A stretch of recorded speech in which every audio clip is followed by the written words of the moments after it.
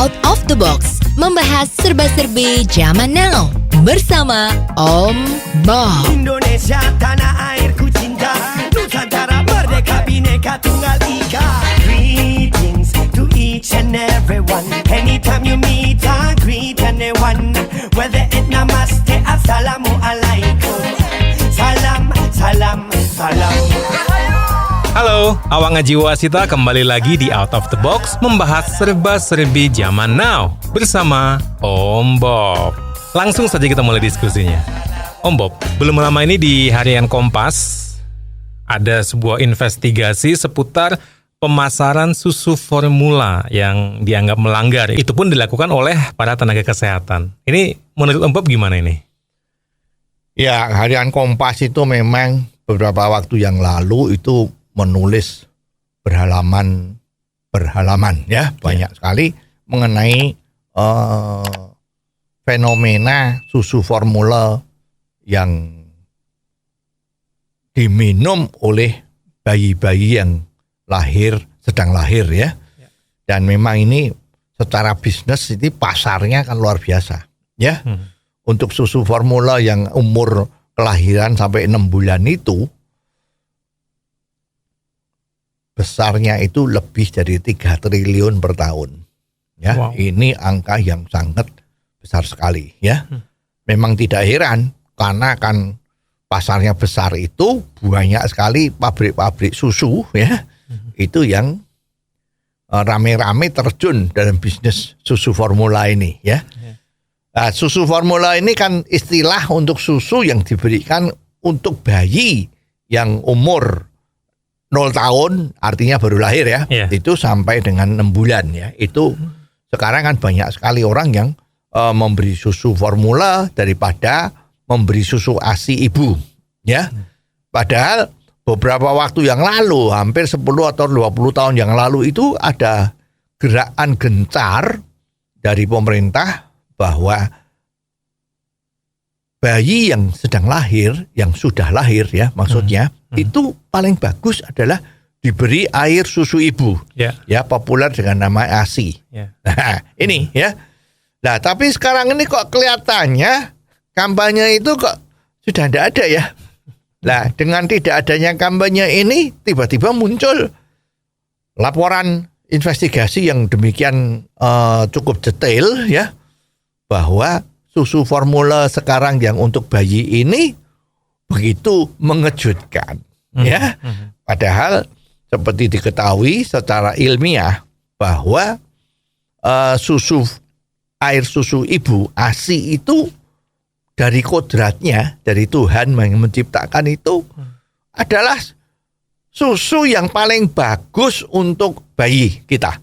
Ya, selama 3 atau sampai 6 bulan itu kalau bayi tadi itu minumnya atau makannya itu susu dari ibunya ASI, pokoknya ASI ya, air susu ibu ya, itu relatif bebas dari segala penyakit.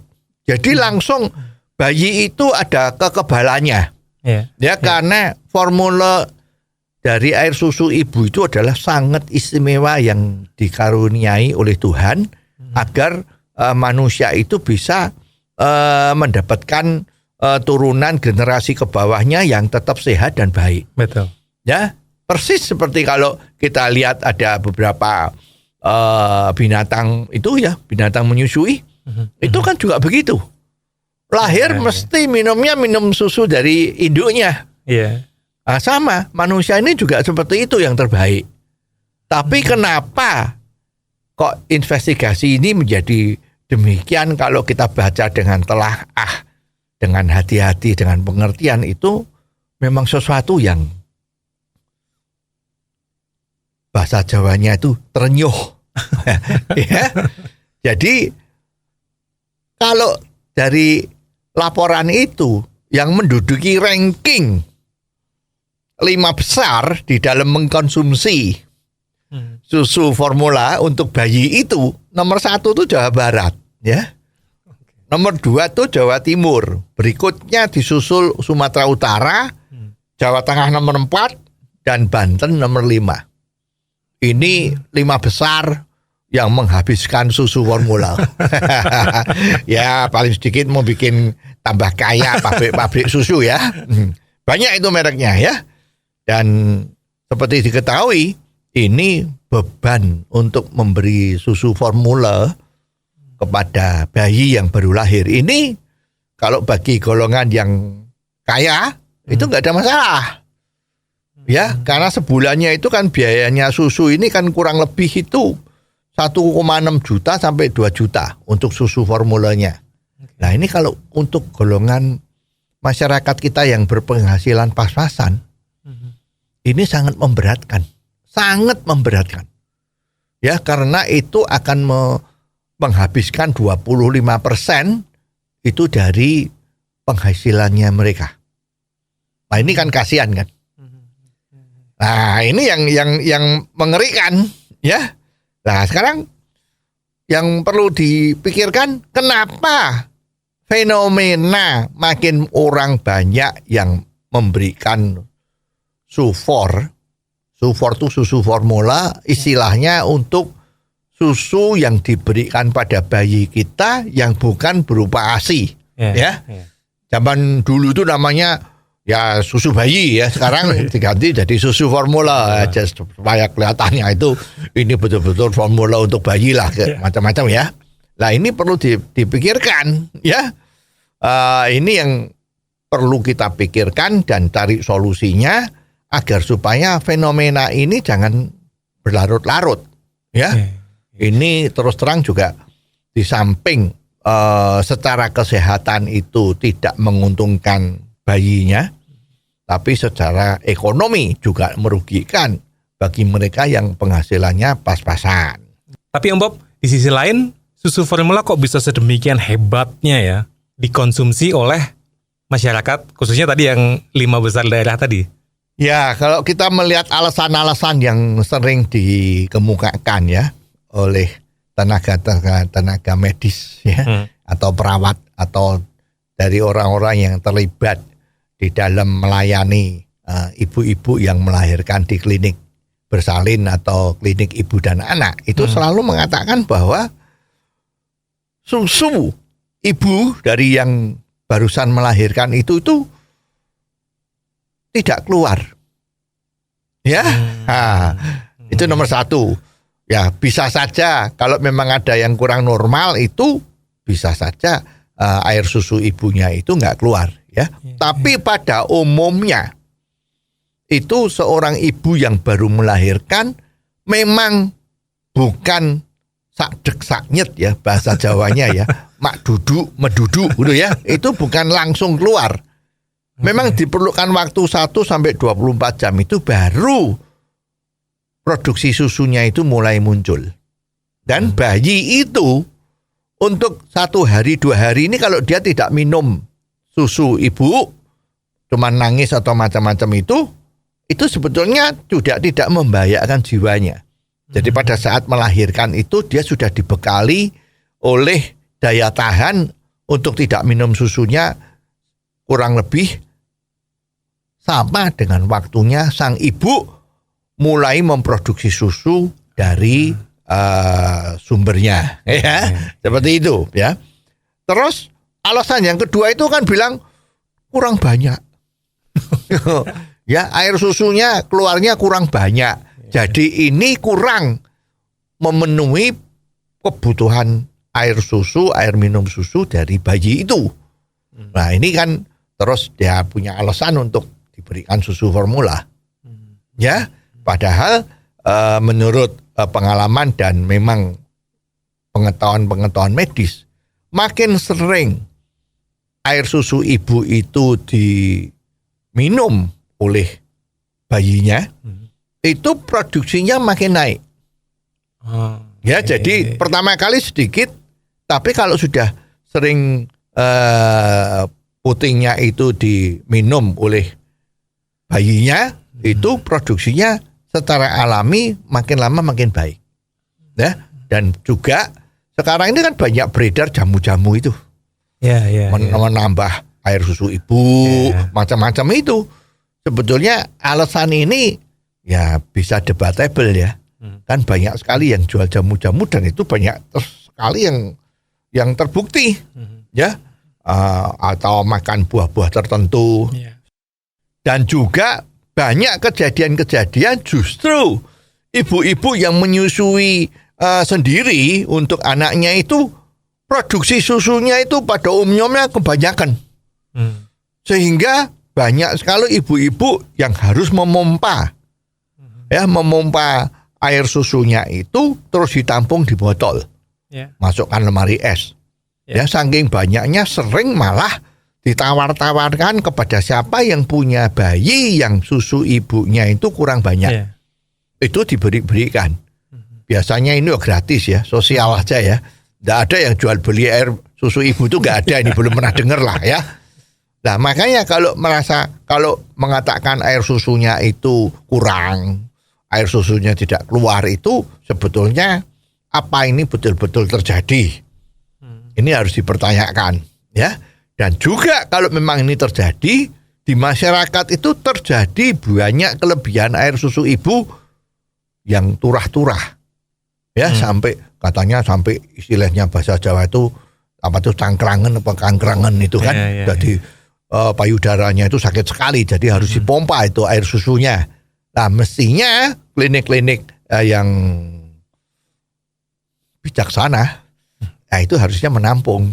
Kalau memang ada kekurangan kekurangan air susu untuk bayi-bayi yang sedang dirawat di sana karena kelahirannya di sana, itu ya dicarikan itu. Jangan malah dikasih susu formula. Ya lah jeleknya itu.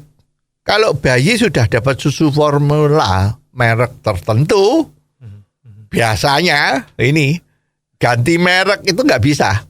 Bayinya nggak doyan lagi.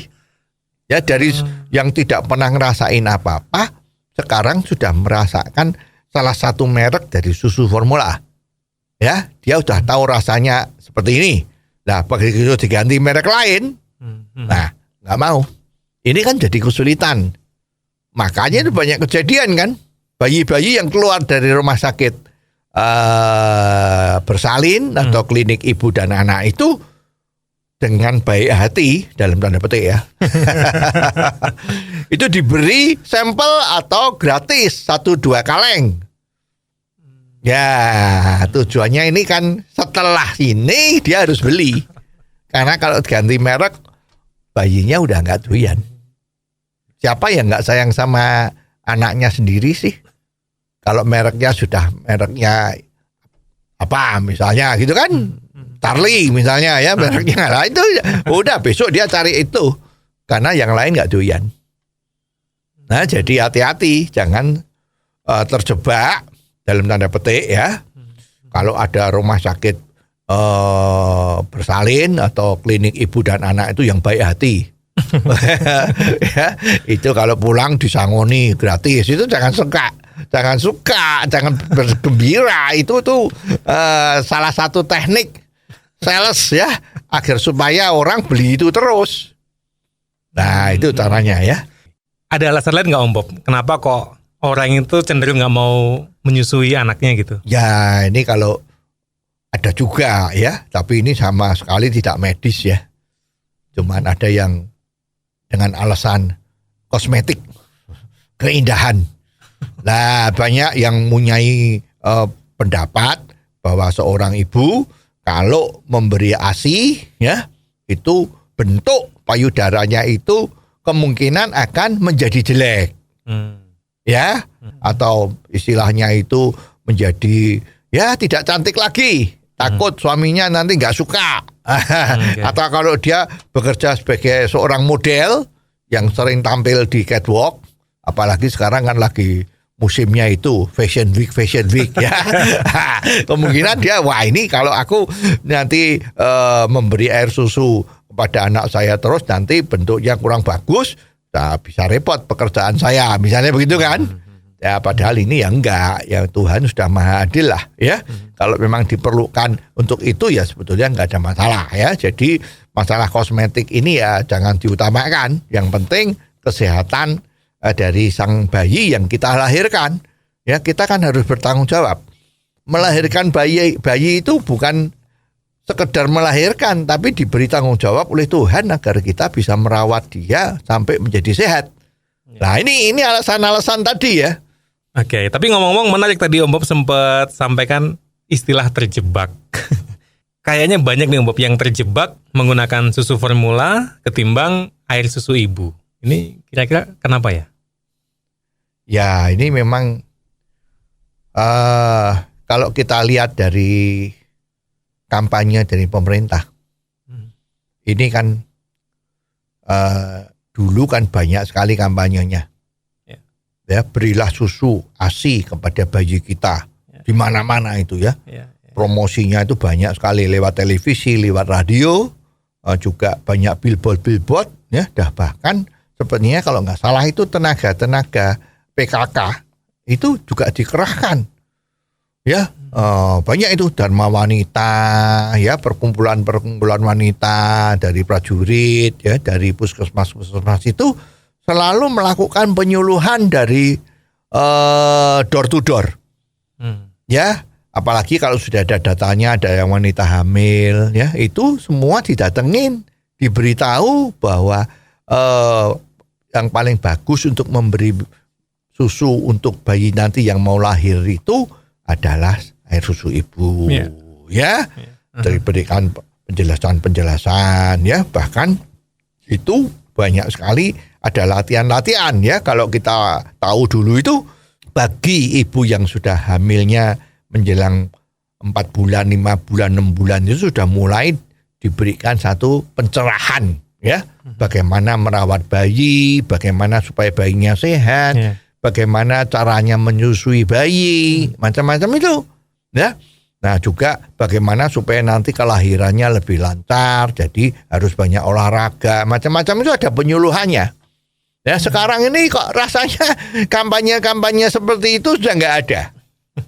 Ya, nah saya kira inilah yang menjadikan salah satu penyebab bahwa banyak ibu-ibu yang terutama ibu muda yang calon jadi ibu ya, tadi itu tidak mengerti, ya pengetahuannya kurang masalah dengan bagaimana memberi susu kepada anaknya nanti kalau udah lahir, dan berbagai macam pengetahuan mengenai hebatnya air susu ibu dibandingkan dengan susu formula, ya dari segi pandangan, ya dari segi ekonomi kalau bisa memberi susu dengan ASI-nya kita sendiri lebih ngirit, misalnya gitu kan. Nah, ini kan juga harus dikasih tahu ya, dan tidak perlu percaya banget bahwa kalau susu formula itu isinya luar biasa ya. Padahal yang terbagus itu ya air susu ibu ini. Nah ini harus ada satu penjelasan. Nah rasanya masyarakat kita itu kurang memahami ya. Ya kita tahu kan sekarang pendidikan di Indonesia ini kan termasuk yang tidak di ranking atas ya.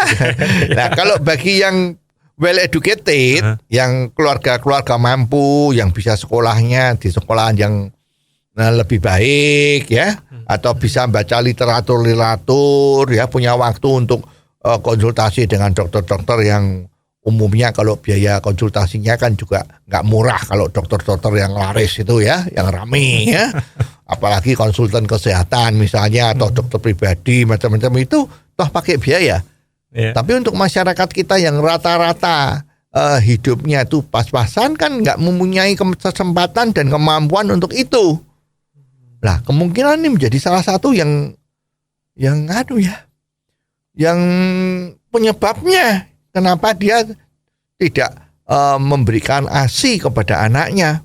Bukan karena itu dia tidak mau, tapi dia tidak ngerti apa yang harus diperbuat.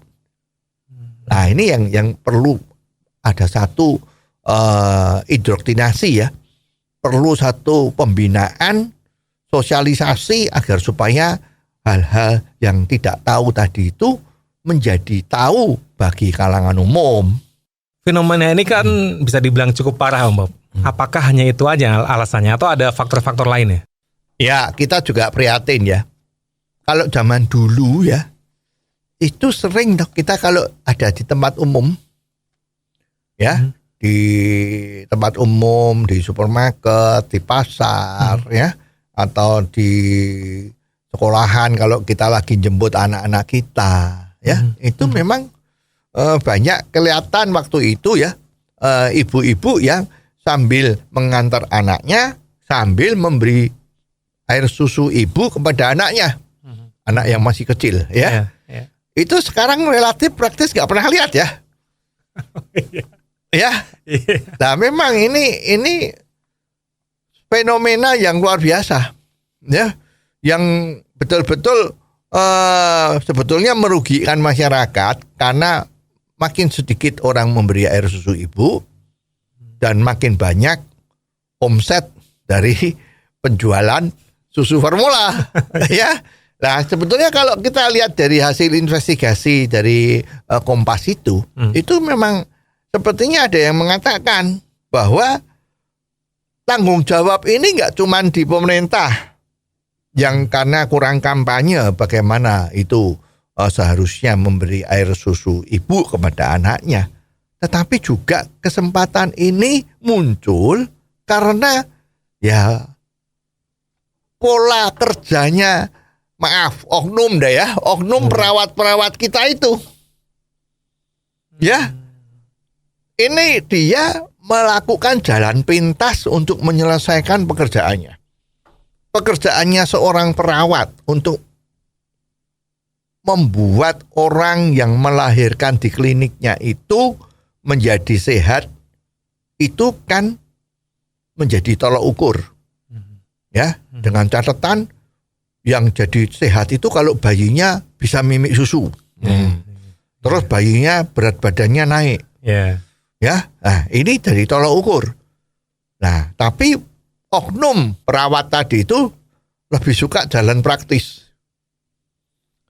Ya, dia tidak bisa atau tidak mau keberatan menunggu sampai air susu ibu itu keluar dengan sendirinya. Ya, kelihatan bayinya nangis-nangis gitu. Wah, nanti dia dipikir sama pimpinannya dianggap ini kerjaannya itu kurang beres. Bayinya kok nangis semua, ya. Seperti kalau kita berkunjung di rumah bersalin, ya, klinik ibu dan anak itu kan sering banyak kur lah. Nyanyi-nyanyi bersama bayi itu, yang nangisnya itu kalau 10 bayi nangis kan rame itu ya. Nah, itu mungkin perawatnya, oknum ya, itu takut kalau dinilai bahwa dia kerjaannya nggak beres. Ya, maka dengan sigapnya, dengan cekatnya, itu langsung dijejeli aja pakai dot. Yang dalamnya ada susu formula tadi. Ya kan? Alasannya gampang. Ini susunya ibu nggak keluar. Ya, atau susunya ibu kurang banyak. Nah, daripada kelaparan nanti tidak, berat badannya kurang ideal, tidak naik, maka langsung dijejeli aja. Tidak mikir panjang, ya. Nah, pasti dengan memberikan satu apa itu istilahnya, rayuan kepada ibunya. Bu, ini anaknya yang cantik atau yang bagus gitu kan. Ini sepertinya kurang air susunya ini minumnya. Sedangkan ibunya kan belum lancar dan sedikit. Ya, bagaimana kalau ini agar supaya jangan kekurangan vitamin, jangan kekurangan makan sehingga nanti bayinya bisa semaput, macam-macam. Lah, ibu yang kurang mengerti karena sosialisasinya bagaimana cara membuat air susu ibu itu keluar dengan lancar dan apa manfaat yang paling besar, tadi itu kan imunitas yang didapatkan kalau minum air susu ibu, itu kan kurang pengertian, jadi dia kan percaya sama yang merawat dong. Seolah-olah kan memang dia sudah dipercaya karena pengalamannya banyak. Siapa tahu dia udah ngerawat bayi itu ada ratusan gitu kan. Nah, jadi biasanya kan ya dengan sedikit-sedikit seperti itu kan ya menjadi ancaman ya, ancaman yang tidak langsung. Ya biasanya ibunya juga oke. Lah udah, tapi memang nggak pakai tertulis tanda tangan ya. Nah, itu langsung dijejeli aja dengan susu formula merek tertentu. Nah ini juga taktik dari produsen susu formula tadi itu. Kalau ada klinik bersalin atau klinik ibu dan anak tadi itu, dia jadi sponsornya. Oh, artinya ada pembicaraan sebelumnya. Yes. Jadi kemungkinan ya. Ya tidak semua begitu, tapi umumnya karena bisnisnya gede sekali nih. Ya siapa yang tidak tergiur sama Mbak Rupiah itu, ya. Ini udah kelihatan sekali kok bahwa rumah sakit ini kalau ada susu formula mereknya ini, kalau Sasana mereknya itu udah kelihatan. Ya, kalau kita cukup peka atau berani, ya, oh ini sponsornya ini, oh ini sponsornya ini. Ya, dan bahkan memang banyak yang tercium bahwa oh ini rumah sakit ini dapat subsidi susu formula merek tertentu gratis, atau kalau membayar diskonnya besar-besaran. Ya, kemarin tuh ada yang ketahuan kan, sebuah klinik itu yang minta diskon sama pabrik obat. Ya, itu ada buktinya, itu ada surat permohonan dari direktur rumah sakitnya bahwa minta dengan susu formula ini dia minta diskon yang besar. Tujuannya apa? Ya supaya untungnya lebih besar kan. Nah, padahal kode etik atau peraturan dari Menteri Kesehatan itu bahwa pabrik susu tidak boleh memberi diskon kepada klinik untuk susu formula. Ya, lah ini ada buktinya itu ya. Nah, ini kan jadi susah nih. Ya lah, oleh sebab itu ini menjadi pendorong terciptanya suasana yang seperti sekarang ini. Ya. Nah, kembali tadi perawat-perawat itu kan karena ya pengen kerjaannya selesai dengan cepat daripada nangis-nangis, ya udah lebih cepat dikasih susu formula lebih baik untuk pekerjaannya tadi loh ya, oknumnya tadi ya. Karena dia jadi nggak usah repot-repot, nggak nangis-nangis lagi kan. Seperti itu ya. Dan juga sebaliknya, ibu yang melahirkan itu juga kurang memahami bahwa air susu yang diproduksi oleh tubuhnya itu lambat laun akan menjadi banyak. Pertama kali sedikit, tapi makin sering disusui, makin sering itu susunya diambil sama bayinya, makin cepat produksi air susu dari tubuhnya. Itu kurang dipahami. Jadi dia ada oknum perawat yang ngomong begitu, ya ikut aja. Nah, biasanya jadi bingung. Kalau sudah pakai pakai susu formula, susunya dari sang ibu itu udah keluar, itu bayinya susah. Nggak doyan. Nah ini kan jadi susah juga ya. Nah kalau nggak doyan, ibunya itu tidak berani memberikan terus sama bayinya, nah lama-lama produksi susunya karena nggak diambil dengan bayinya itu, lama-lama ya produksinya menjadi berkurang. Berkurang kembali lagi. Oknum tadi bilang lah kurang toh. Nah, perlu kan susu formula? Ini yang bagus. Biasanya pasti begitu. Ini yang terbaik untuk sang bayi, ya harusnya kasih yang terbaik, ya. Nah belum tahu waktu diberi itu kan paket atau sampel gratis, ya nggak tahu kalau harganya mahal. Begitu sudah pulang mau beli ketahuan kalau mahal. Ah gimana? Mau tidak mau beli kan? Akhirnya terjebak juga ya.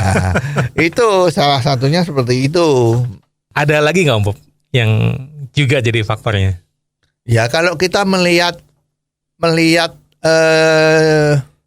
tata cara pembelajaran untuk seorang calon ibu, itu salah satunya kan ada yang namanya laktasi, ya. Yaitu cara-cara bagaimana bisa memberikan air susu ibu kepada bayi nanti kalau sudah lahir. Ya. Nah rasanya ini nggak dilakukan.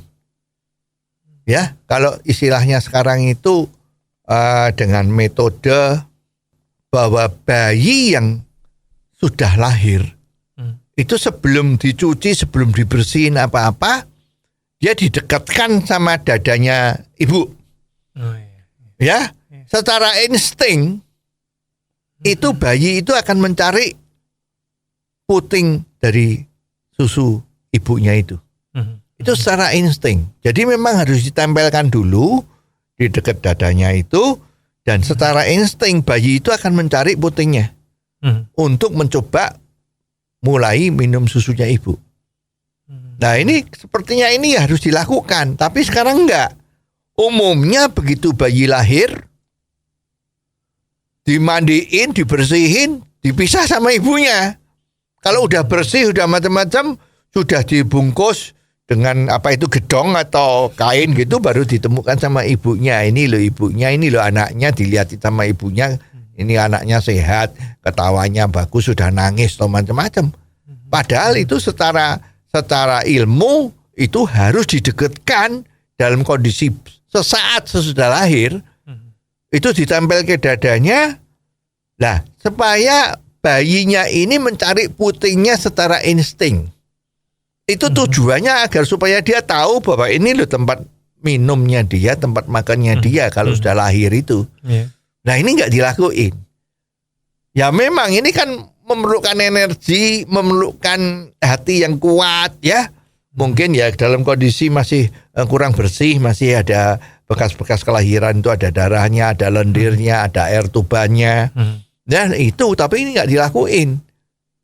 Nah ini membuat situasinya bayi tadi itu tidak secara alami ketemu dengan puting susunya itu.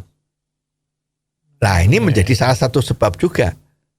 Jadi begitu dapat dot, dianggap ini putingnya. Besok mau cari putingnya nggak ada, ya susah. Ya, dan juga itu banyak yang tidak diberikan pengertian-pengertian. Ya, puting seorang ibu yang baru melahirkan itu kadang-kadang kan tidak sempurna. Ya, ada yang kecil, ada yang tidak muncul. Nah, itu juga tidak ada cara-cara agar supaya semua itu bisa kembali normal. Itu sering tidak dibelajarin. Ya, kalau kita mau positif, ya memang mungkin perawatnya tadi itu belum tahu. Nah, kalau dia belum tahu, yang salah pada rekrutmen. Rekrutmennya perawat, juga pelatihannya kurang lengkap. Itu kalau mau positive thinking ya. Nah kalau negatif thinking, nah ini karena dia tujuannya mau diberi susu formula, ya, dan bahkan memang kan tampak sekali, ya. Kalau kita lihat mengamati itu banyak itu perawat-perawat atau bidan itu luar biasa ya, ya. Keadaan ekonominya itu relatif lebih bagus daripada perawat-perawat atau yang lain yang tidak menangani bayi. Ya, bahkan ada yang ada yang dapat hadiah umroh, dapat hadiah tur keliling dunia. Dari siapa? Dari pabrik susu formula. Apa yang terjadi? Ya, jadi ini memang perlu diamati ya. Ini apakah ada sesuatu, katakanlah ada batu di balik udang ya. Ini apa terjadi? Sehingga mengakibatkan orang yang menyusui ini tidak bertambah terus, malah yang meminum susu formula itu makin hari makin banyak. Ini perlu juga diawasi, dan ya ini usaha yang cukup berat ya bagi pemerintah ya. Harus kampanye. Ya, yang ditakutkan adalah juru kampanyenya itu.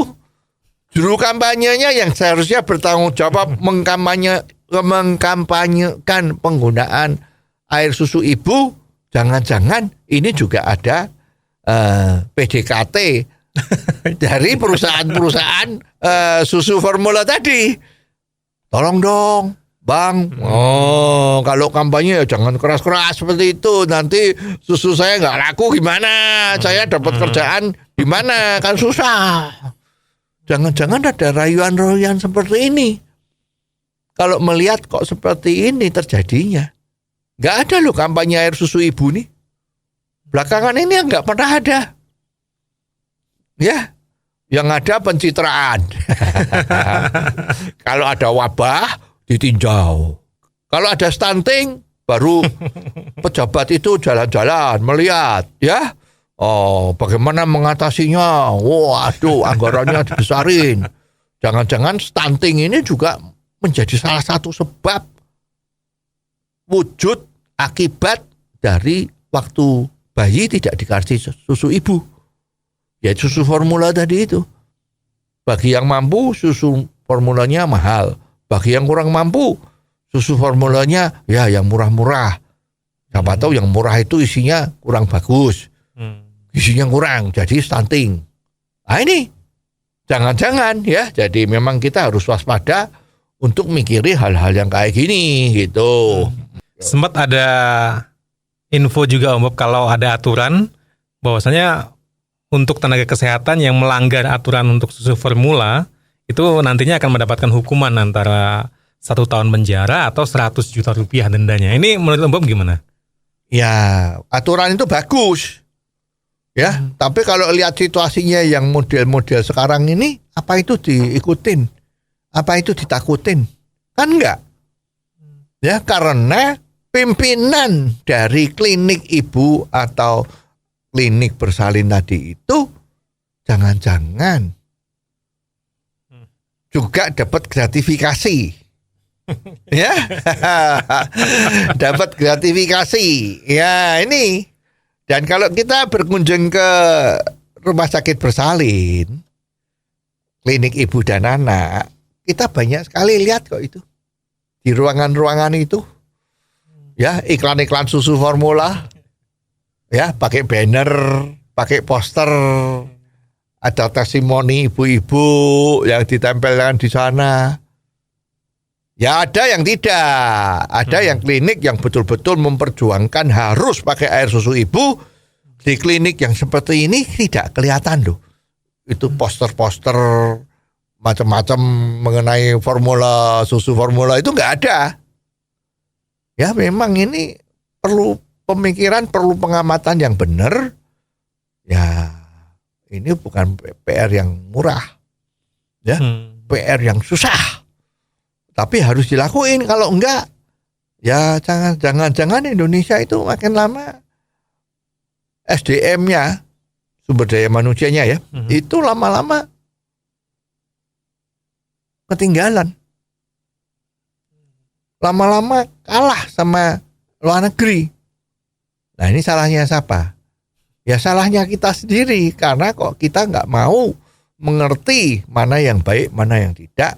Yang dilihat itu cuman siapa yang memberi saya hadiah yang lebih besar, ya walaupun sudah digaji sama pemerintah, tapi dapat imbalan gratifikasi dari Sufor, ya itu terus ya udah, tidak apa-apa lah, aku dapat double income, nah kan begitu.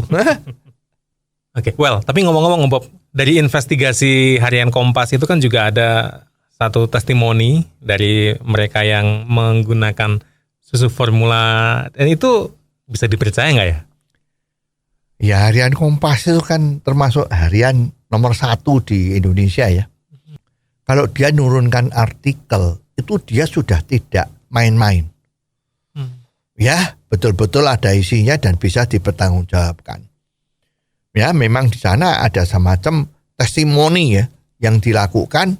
Kemungkinan ini yang testimoni kan wartawannya ini ya. Dia telepon sama seorang dokter ahli anak. Ya, dia berani nyebutin inisialnya loh, dokternya siapa loh. Kalau ini berani nyebutkan itu ya berarti memang ini nggak main-main, bukan perang. Bukan hoax ya. Ini dia pura-pura jadi seorang suami dari seorang istri yang lagi punya anak dan sebagainya ya. Pokoknya dia tanya, wawancara lewat telepon, tanya pura-pura dia istrinya baru melahirkan atau apa.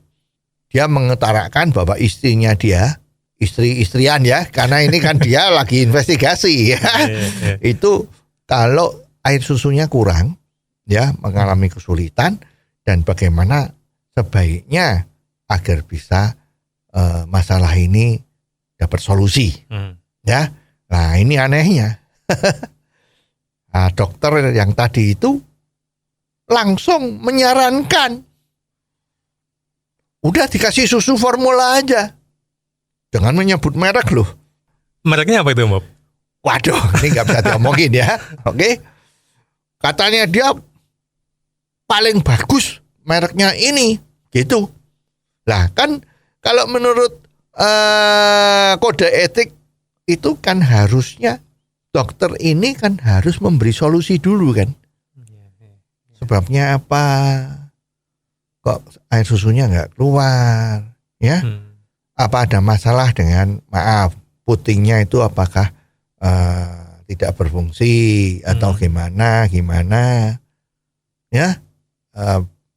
Itu yang seharusnya dilakukan lebih dahulu. Tapi ternyata tidak. Langsung.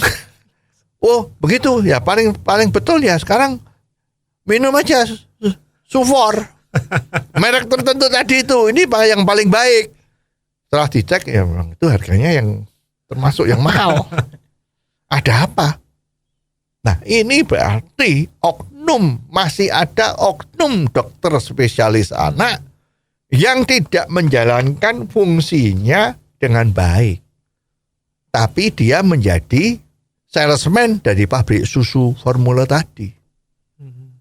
Nah, celaka kan? Ya ini semua jadi harus ya. Jadi pendidikan dokter itu juga harus ada pendidikan etika. Ya, bagaimana membuat Indonesia ini maju dari segi segalanya. Kalau anaknya sehat, rakyat kita sehat, maka negara kita akan maju. Supaya sehat, ya jangan kita terbius oleh gratifikasi atau jangan mau dijadikan salesman dari pabrik obat. Ini harus betul-betul dilakukan. Tapi supaya benar-benar dilakukan dan zero mistakes gitu, caranya gimana dong? Ya ini kan kalau ada organisasi profesi di sini yang sangat terkenal dan kemarin geger itu kan ID, ya ID harus berfungsi. Jadi jangan seperti anggapan sekarang kalau ID itu fungsinya hanya memberi rekomendasi untuk praktek, untuk memberi izin, menarik iuran. Ya dah, saling terjadi kelompok-kelompok tertentu ya blok-blokan. Nah mestinya ya seperti inilah yang dilakukan sama ID. Kalau ada dokter yang melanggar kode etik seperti ini, maka organisasi ID kalau mau dianggap baik loh ya, itu dia harus berani memperingatkan dokter itu dan dipublikasikan secara internal kepada seluruh dokter. Hati-hati, ada dokter ini melanggar kode etik ini. Ya, harusnya semua jangan seperti ini, gitu. Dan kalau sampai dia masih berbuat lagi, izinnya dicabut. Ya, bukan seperti itu. Kalau terjadi lagi ya masukkan pengadilan. Biar dokter tersebut diadilin bahwa dia telah melanggar kode etik, buktinya ini, biar pengadilan yang ngambil keputusan. Masuk penjara kek, didenda kek, masang koran iklan ucapan mohon maaf karena dia telah melanggar atau melakukan sesuatu yang tidak benar. Ya itu dokter di Singapura tuh yang hebat seperti itu juga ada kok seperti itu. Ada yang melakukan pengobatan yang tidak pada tempatnya, akhirnya dia harus mengucapkan minta maaf. Iklan 1 halaman atau setengah halaman di media cetak terbesar di Singapura. Nah dengan demikian dokter-dokter itu juga dibina dengan baik. Jangan cuman upeti, nah, misalnya gitu. Ya kan? Nah ini ada gejala yang susah diomongin ya. Masyarakat kita ini kalau mau cari klinik melahirkan, salah satu faktor yang jadikan pertimbangannya adalah apakah klinik tersebut ada paket gratis untuk susu formula. Ya, ini juga kita heran ya. Mereka nganggap bahwa pemberian susu formula ini semacam service, after sales service. Seperti kalau kita membawa mobil dalam bengkel, setelah selesai bengkelnya, terus pulangnya diberikan oli.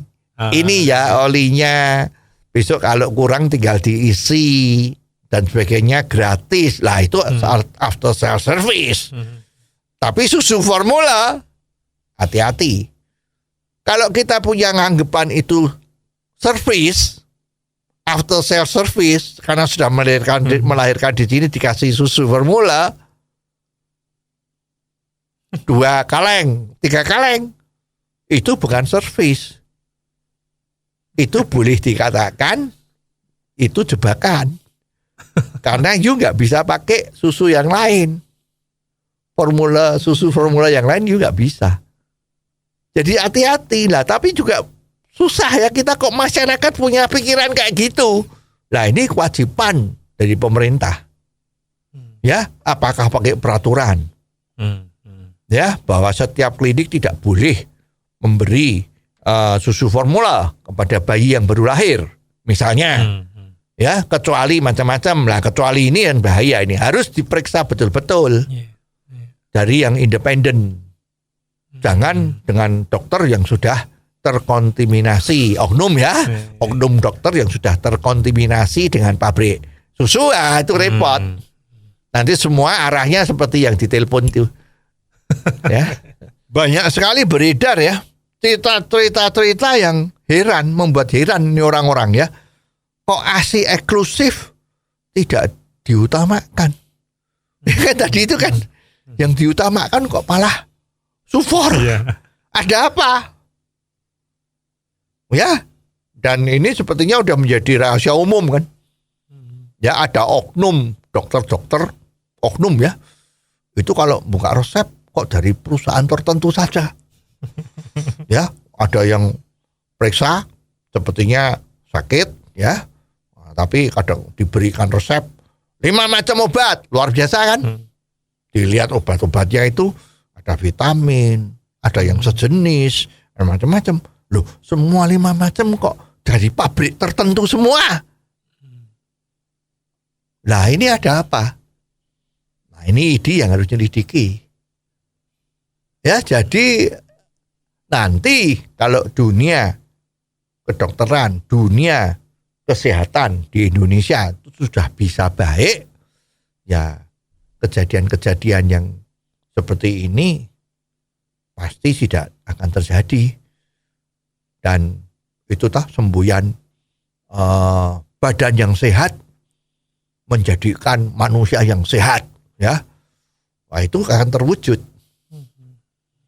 Ya, jadi dimulai dari bayi. Kalau bayi betul-betul bisa penanganannya baik, sampai remaja oke, tidak ada stunting, ya negara rakyatnya akan sehat. Kalau rakyatnya sehat, ya mau apa aja lancar. Ya.